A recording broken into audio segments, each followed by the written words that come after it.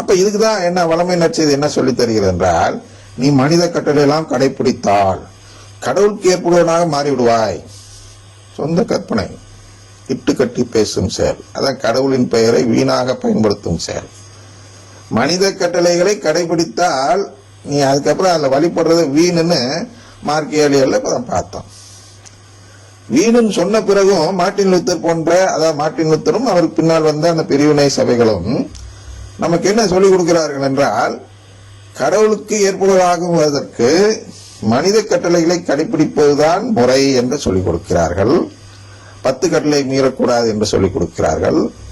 யாரெல்லாம் விண்ணகத்தில் தேர்ந்து கொள்ளப்படுவார்கள் என்று கேட்கும் பொழுது, இந்த மனித கட்டளைகளை கடைபிடித்து வாழ்வோர் விண்ணகத்துக்கு தேர்ந்து கொள்ளப்படுவார்கள் என்று சொல்லி, அதில் குறிப்பாக இந்த 3 கட்டளைகளை கொண்டு வருகிறார்கள். என்ன?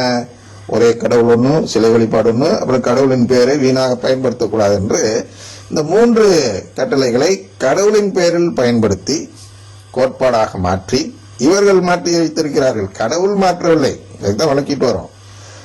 கடவுள் என்ன சொல்றாருன்னா, நீ எனக்கு ஏற்புவனானால் நான் என்ன செய்வேன்? உன்னை நான் தத்தெடுப்பேன்.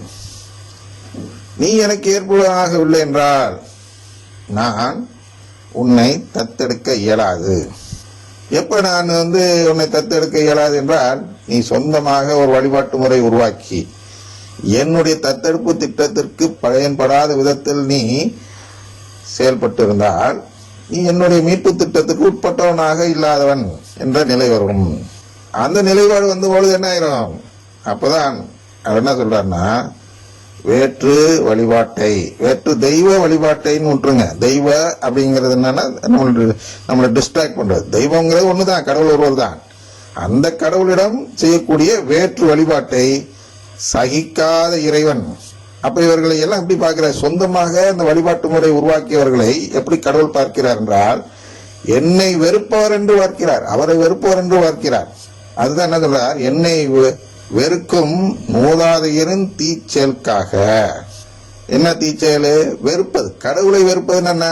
கடவுள் குடும்பத்தில் நான் சேர மாட்டேன், கடவுள் குடும்பத்தை நம்பாத, பிலியல் அடாப்ஷன் இல்ல, இதெல்லாம் சொல்லுவதுதான் கடவுளை வெறுக்கும் செயல். வேற யாரும் கடவுளை நான் வெறுக்கிறேன்னு யாரும் சொல்ல மாட்டாங்க. சீமான் கூட சொல்ல மாட்டார்.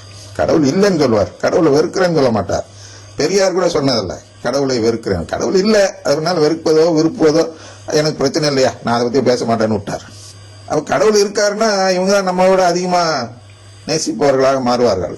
அது நம்மளுக்கு தெரியுது இல்லையா? அவங்க செயல்பாட்டில், குறிப்பாக பெரியாருடைய செயல்பாட்டில் நாம் என்ன பார்க்கிறோம் என்றால், மக்கள் நலனுக்காக பாடுபட்டார். மக்கள் நலனுக்காக பாடுபடுவோர் அனைவருமே கடவுளை நேசிப்பவர்கள். ஆனா கடவுள் இல்லைன்னு நம்பினார், அது அவருடைய நம்பிக்கை, அது வேற. ஆனா அவர்களிடம் நேசம் இருந்தது. அதனால எல்லோருமே என்ன செய்வார்கள்? எனக்கு விருப்பம் இருக்கு தான் சொல்லுவாங்க. விருப்பம் இருக்கிற அந்த விருப்பத்தை அவர் பார்க்கவில்லை. எந்த இதை பார்க்கிறார் என்றால், கடவுளின் குடும்பத்தின் மீது உனக்கு விருப்பம் இருக்கிறதா இல்லையா? அப்ப என் திட்டத்தை நீ ஏற்றுக்கொள்ளவில்லை. என் திட்டத்தை நீ ஏற்றுக்கொள்ளவில்லை என்றால் என்ன நடக்கிறது? நீ என்னை வெறுக்கிறாய் என்ற நிலைப்பாடு வருகிறது.